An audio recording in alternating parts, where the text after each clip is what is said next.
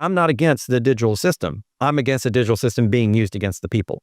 I do see benefit of digitizing things and making commerce easier and making ownership of your assets easier. But those laws around what you own need to be changed and strengthened. And if we don't, then that can very easily lead to the negative aspect of a digital system, which is confiscation or temporary seizure to support the U.S. government. And it would allow the government to run away and just take the assets of the American people and go spend it. I mean, if you think the printing press is bad, they still have limits on how much they can print. And they keep printing, but it's taken 13 years now to get here. And the digital system, if they wanted to start a new war, if they wanted to do whatever they want to do, it's so much easier with a push-button digital system. The rapid development of digital financial systems is reshaping the future of money and ownership around the world. Digitization has the potential to make transactions faster, simplify commerce, and improve the efficiency of asset management. However, alongside these technological benefits come growing concerns about how centralized digital systems could affect individual financial freedom. Without strong legal protections around ownership rights, fully digital monetary systems could give governments unprecedented control over personal assets and financial activity. Robert Kientz, a market analyst and advocate for sound money, emphasizes that while digital innovation itself is not the problem, the structure of control behind it matters significantly. According to this perspective, digital currencies or payment systems could potentially allow governments to monitor, freeze, or even confiscate assets with far greater ease than traditional financial systems. Over time, such capabilities could amplify the risks already associated with monetary expansion and centralized control of currency. Strengthening legal protections around property rights and financial ownership therefore becomes critical as digital infrastructure continues to expand. Now, we present the clips from their interview. Before we continue to discuss this, please subscribe to our channel and activate the bell icon for timely updates. Thank you, and enjoy the video. Eastern nations are embracing the digital system, but the BRICS nations are also creating their own gold and silver exchange to rival the COMEX. And I'm not talking about the Shanghai. I'm talking about for all of the BRICS nations in doing a gold and silver exchange to facilitate honest money. And the way the West is doing is we're not incorporating gold and silver unless it's these grassroots efforts. The people, I represent the people when I go argue this in front of Georgia or Florida or wherever I do it. The difference is the Eastern nations have more gold. Gold is still going to be an underpinning in their system. I do think that they're going to go digital, and I think the U.S. is just going to do it differently. But to be honest with you, Elijah, we have an opportunity in the United States because of our federalist system and breaking power into three layers, federal, state, and local, to prevent that system from just rushing over us without a fight. We can fight, we still have the voice of the people. That's the only difference. But if we don't do what we need to do, we're going to be just like everybody else. And maybe it's a stable coin instead of a CBDC, but if the rails are all the same, it's not going to matter. It doesn't matter if it's a stable coin, a CBDC, however you want to do it. If it's a digitally backed coin and it's got to have treasuries and dollars in it, that's a national digital currency. I don't care how you slice it. And the only difference between us and them is that they're catching up with us very quickly. And so that's going to become the norm around the world. And we have this short window of time because Trump in the U.S., the Trump administration and all the U.S. leaders want to go digital. And one other thing I want to point out, I was doing research into AI for a video I did a couple of weeks ago. The United States right now is spending 6 times the amount of money on AI that China is, which is in second place. The revolution of AI and the digital system is going to be in the United States. It's starting here. The investment is here. The laws are here. This is ground zero for the worldwide digital system. And this is where we have to fight it. That's the only difference. It's going worldwide. The place you fight it is in the U.S. and in the West, because we still have the power of the vote and of the people, and we have the ability to speak our minds. They don't have that in the UK. There is no right to free speech in the UK, which I found very interesting. So this is it. This is ground zero for fighting the digital currencies and system. And I'm not against the digital system. I'm against the digital system being used against the people. I do see benefit of digitizing things and making commerce easier and making ownership of your assets easier. But those laws around what you own need to be changed and strengthened. And if we don't, then that can very easily lead to the negative aspect of a digital system, which is confiscation or temporary seizure to support the U.S. government, and it would allow the government to run away and just take the assets of the American people and go spend it. I mean, if you think the printing press is bad, they still have limits on how much they can print, and they keep printing, but it's taken 13 years now to get here. And the digital system, if they wanted to start a new war, if they wanted to do whatever they want to do, it's so much easier with a push-button digital system. The Treasury is monetizing the debt by buying back some issuances and issuing others. In other words, we're buying our own debt now. It's not just the Fed doing it. Now the Treasury's buying their own debt. They're retiring old debt and buying new debt. So we've now gotten to the stage where we're financing our own debt. And so if we have to continue to increase to buy missiles and to escort ships into the Strait of Hormuz and to do regime change around the world in Venezuela and the Middle East and Ukraine and whatever, then that implies the currency is going to blow up and we're going to go to the digital currencies. And yes, I do think wars usually, when you get to this level of war, it usually has something to do with the currency blow up or a major worldwide economic issue. And we happen to have all of them. We have a lack of commodities because of lack of investment and people going to war over these precious commodities. That's part of the reason we're in the war. The other part of it is because of the financial system and the threats to the financial system. And then the other part of it is because war generates revenues, which are going to help deal with some of the debt issues because they're going to print money and pay down that debt that way. And then they're going to institute the digital dollar. So yeah, they're all connected. They always have been through history. The big wars are always connected to monetary and economic issues and ownership of asset issues, namely commodities and land and things like that. And we're seeing all that occur. And it would not surprise me if this is the set of events which implements that new digital system, in which they come in and say the fiat system died because of all that conflict. Now we need a new system. Hey, we happen to have been working on these digital currencies and you guys like Bitcoin anyway. And heck, XRP. I mean, all the banks are using XRP. Why don't we just turn this on? We just press a button. But all the laws are being done ahead of time. So you know what's coming. The laws are already done. And yes, they know that through these type of economic conflicts and currency crises, that new systems emerge, and that's the system that they want. And the banks know it, and that's why the banks are on board, because the banks can read the tea leaves. They can see the chessboard. They know what's going on. The banks know they got to get on board or they're going to be left out in this system. So, and that's what's happening. So it's all tied together. I don't know how long these conflicts are going to go, but certainly the deeper we go in and the more money we spend, the closer we are to blowing up the dollar in the Treasury system. And we're already close without this further, $500 billion in spend every year on defense that Trump wants. And, is that going to be enough? Or are we going to go to an extra trillion, an extra $2 trillion, or we're going to try to police the world and get our commodities?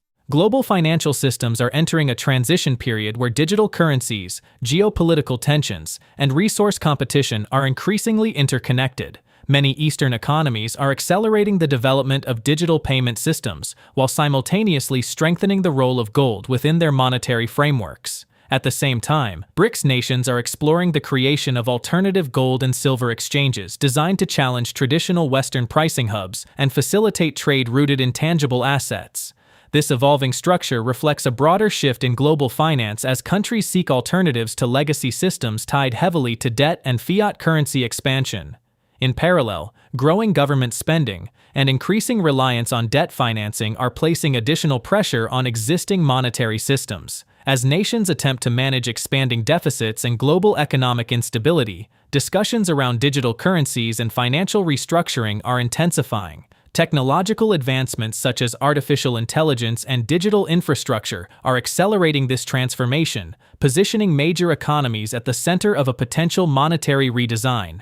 In this environment, the balance between technological innovation, financial sovereignty, and asset ownership is becoming a defining issue for the future global economy. Let's get back to the interview. If they end up creating a full digital system, and it would take additional laws, because even though Genius and Clarity were alarming to people, there are still property laws and things like that are very well established in the United States. And so there's going to have to be additional law passed for the government to actually control that, and then to be able to tack on that social credit system that you were talking about. So that's another barrier. And I wonder if this is just being done in stages, because if you do it in stages, then it really allows you to implement a stage and test it and then get it right and then do the next one. So from a development perspective, it's smarter to do this if you're behind the system or you're a participant in the system. But what it also does is it's done slowly. So people don't really pay attention, because once they digitize the banking system, it is going to change. I mean, you'll have more cool payment systems on your phone and it'll look really cool.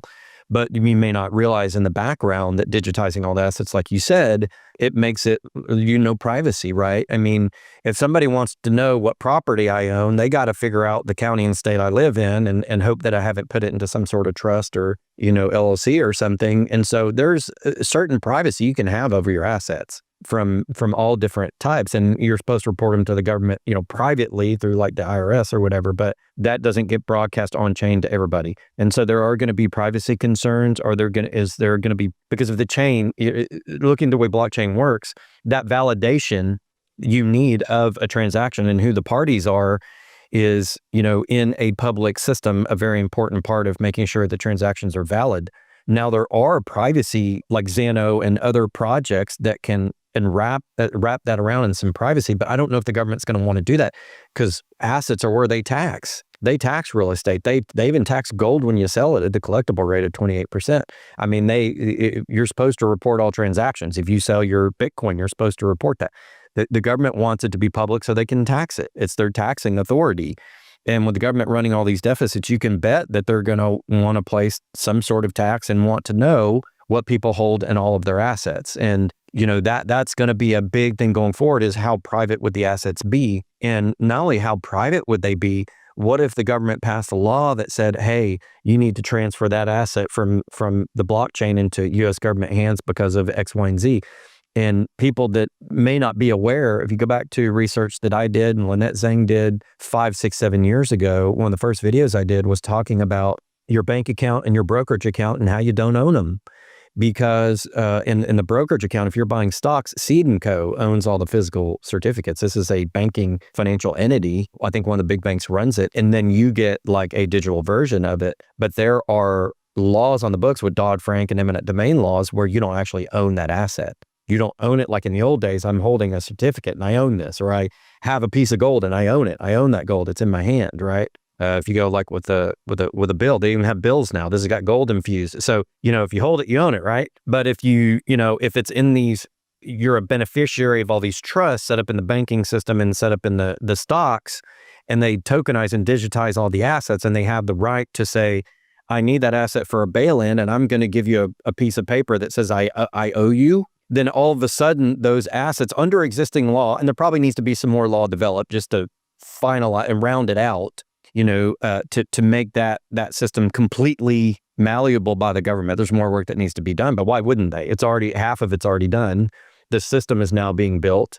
And if they get the system built and they pass a few more laws, then anytime the government needs money, they can not only bail you in on your bank account, they could bail you in on your stock assets. They could maybe bail you in on all your tokenized assets. So if your house gets tokenized and you say, I like that because it's on chain and I don't have to worry about keeping, my deed documents, it's easy to access, that convenience factor. The flip side of that is, what if the government says, well, we need your house, we need to collateralize that to pay off the debt and we'll give you this IOU. That's kind of the scary part of it. So tokenizing assets can be a wonderful way to democratize investment. It also, if you combine it with some of these other laws, Dodd-Frank, Genius Act, Clarity Act, and other laws I expect to be passed, then you have to, and all the beneficiary trust laws around your financial accounts. If you hold it with Bank of America or JP Morgan or Charles Schwab, you don't own it. They do, or else that entity does. And if you combine all that together, that could be asset seizure, foreclosure, something like that. And if they did overlay a social credit system, think about how easy it would be to seize assets on chain.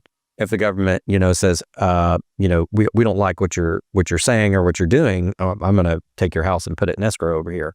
And the blockchain just allows them to do that easier. So that we're not there yet with all the stuff I just described, but some of these things are being put into place. And I'm all for tokenization of assets for democratizing for investors. I just don't want that system to turn into a tool that the government can use that they need money. And that's always been my complaint about the digital system, is we need strong protections in place for ownership of these assets, and a lot of that's already been weakened. So we need to go back and have that discussion over who owns their asset and what the government can and can't do. And I fully expect there to be challenges that go all the way up to the Supreme Court at some point as we go further into this digital system. I just hope it's not too late. I just hope that through financial crisis, if you look at all the wars that are going on and the commodity wars that I predicted 5-6 years ago when I was talking about oncoming commodity wars, those types of events, don't let a crisis go to waste, right? That famous saying by, was it Rahm Emanuel or whoever it was, or was it, I don't remember who it was back during the Bush administration, but never let a crisis go to waste. And so if there's a financial crisis, does that cause the government to pass a law which then further erodes the rights of private citizens to their property? It's already been eroded from the last financial crisis with Dodd-Frank. And even in the 90s, they were doing some of this stuff to money market accounts and creating sweep accounts, and to where you put money in and there would be no money in the bank. It was fractional reserve of fractional reserve. So a lot of this kind of crap really started in the 90s, and with the digital technologies are just accelerating it. And the one thing, it can be wonderful, but it can also be a bad tool for tyranny or for just financial suppression. And I think that's what people need to be aware of. The expansion of digital finance and asset tokenization is gradually transforming the structure of modern financial systems. While digital platforms promise faster payments, easier asset transfers, and broader investment access, they also raise important questions about ownership and control. In traditional systems, individuals often hold tangible proof of ownership, but in digitized environments, assets may exist primarily as entries within centralized financial networks.